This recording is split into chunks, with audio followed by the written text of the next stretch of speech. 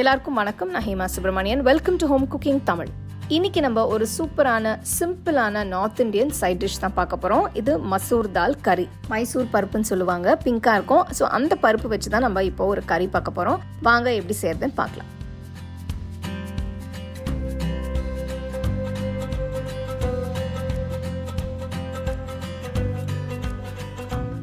இந்த ரெசிபி பண்றதுக்கு நான் 1 கப் மசூர் பருப்பு எடுத்திருக்கேன்.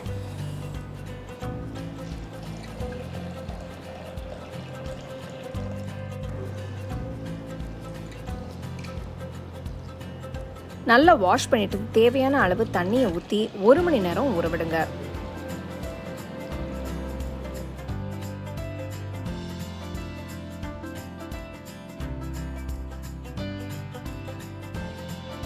ஒரு மணி நேரத்துக்கு அப்புறம் பார்த்தீங்கன்னா பருப்பு நல்லா ஊறிடுச்சு. பாருங்க, நல்லா ஊறி 2ஆ பிரிஞ்சிருச்சு. இப்போ நம்ம சமைக்க ஆரம்பிக்கலாம். நல்ல அகலமான கடாயில் 2 டேபிள் ஸ்பூன் எண்ணெயை ஊற்றுங்க. எண்ணெய் நல்லா சூடானதும் இதில் 1 டீஸ்பூன் சீரகம், 1 பெரிய வெங்காயம் பொடியாக நறுக்குனது சேர்த்து வதக்குங்க. 2-3 நிமிஷம் வதங்கினதுக்கப்புறம் 2 பெரிய பல் பூண்டு பொடியாக நறுக்குனது, 1 துண்டு இஞ்சி பொடியாக நறுக்குனது, 3 பச்சை மிளகாய் 2ஆ நறுக்குனது சேர்க்குறேன்.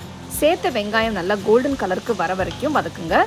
நல்ல ப்ரௌன் கலருக்கு வதக்க வேண்டாம், லைட் கோல்டன் கலருக்கு வதக்கினா போதும். நெக்ஸ்ட் 3 பெரிய தக்காளி பொடியாக நறுக்குனது சேர்த்து மிக்ஸ் பண்ணுங்க.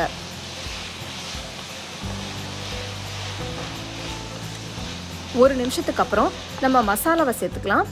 ஃபர்ஸ்ட் 1 சிட்டிகை பெருங்காயத்தூள், 1/4 டீஸ்பூன் மஞ்சள் தூள், 2 டீஸ்பூன் காஷ்மீரி மிளகாய் தூள், 2 டீஸ்பூன் தனியாத்தூள், 2 டீஸ்பூன் சீரகத்தூள், 1/2 டீஸ்பூன் உப்பு, 2 டீஸ்பூன் ஆம்ச்சூர் பவுடர் எல்லாம் சேர்த்துட்டு நல்லா மிக்ஸ் பண்ணுங்க.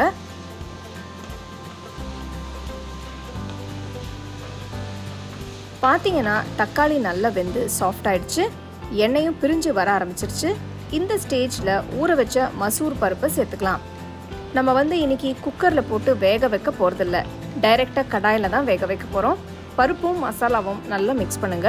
பருப்பு வேகிற டைம் குறையறதுக்கு பருப்பை 1 மணி நேரத்துக்கு மேலே ஊற வச்சுக்கோங்க. நீங்கள் குக்கரில் போட்டு வேக வைக்க போறீங்கன்னா 1 விசிலுக்கு வேக வச்சுக்கலாம். பருப்பு வேகிறதுக்கு நான் 1 லிட்டர் சுடு தண்ணி ஊற்றுறேன். நல்லா மிக்ஸ் பண்ணிட்டு அடுப்பை மீடியம் ஃப்ளேமில் வச்சு வேக விடுங்க.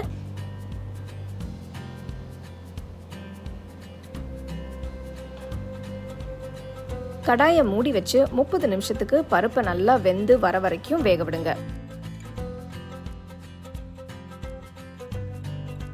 30 நிமிஷத்துக்கு அப்புறம் பார்த்தீங்கன்னா பருப்பு பர்ஃபெக்டாக வந்துருச்சு. பருப்பு ரொம்ப திக்காக இல்லாமல் கொஞ்சம் கிரேவி கன்சிஸ்டன்சியில் இருந்தால் நல்லாயிருக்கும். நெக்ஸ்ட் 2 டீஸ்பூன் கரம் மசாலா தூள் சேர்க்குறேன். இந்த ஸ்டேஜில் உப்பை பார்த்துட்டு வேணும்னா கொஞ்சம் ஆட் பண்ணிக்கோங்க. உப்பு காரமெல்லாம் நீங்கள் உங்கள் டேஸ்ட்டுக்கு ஏற்ற மாதிரி அட்ஜஸ்ட் பண்ணிக்கோங்க.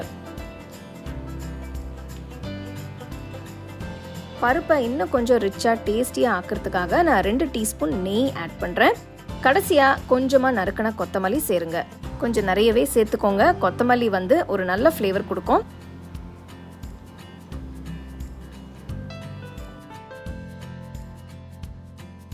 இந்த மசூர் தால் கறி நீங்கள் நல்லா சூடான சாதத்தில் இல்லைனா சப்பாத்தி கூட ரோட்டி கூட சாப்பிட்லாம். ரொம்பவே டேஸ்டியாக ரொம்ப நல்லாயிருக்கும். நான் இன்னைக்கு பாஸ்மதி ரைஸோட வச்சு சர்வ் பண்ணுறேன். நம்ம சேனலில் இருக்கிற மற்ற பருப்பு ரெசிபிஸோட லிங்க்ஸும் நான் டிஸ்கிரிப்ஷனில் தரேன், அதுவும் நீங்கள் பார்த்து செய்யலாம். இது ஒரு நல்ல லஞ்ச் பாக்ஸ் ரெசிபி. கண்டிப்பாக ட்ரை பண்ணி உங்கள் ஃபேமிலி ஃப்ரெண்ட்ஸோட ஷேர் பண்ணுங்கள்.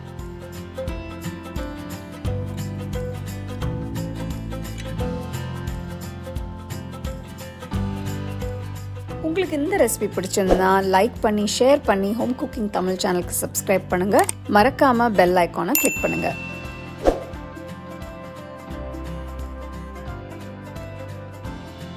The second edition of our home cooking book is now available on our website 21frames.in. I'll give you the link in the description. You can go and check it out. The book is currently available only in India for now, so you can place your orders on 21frames.in.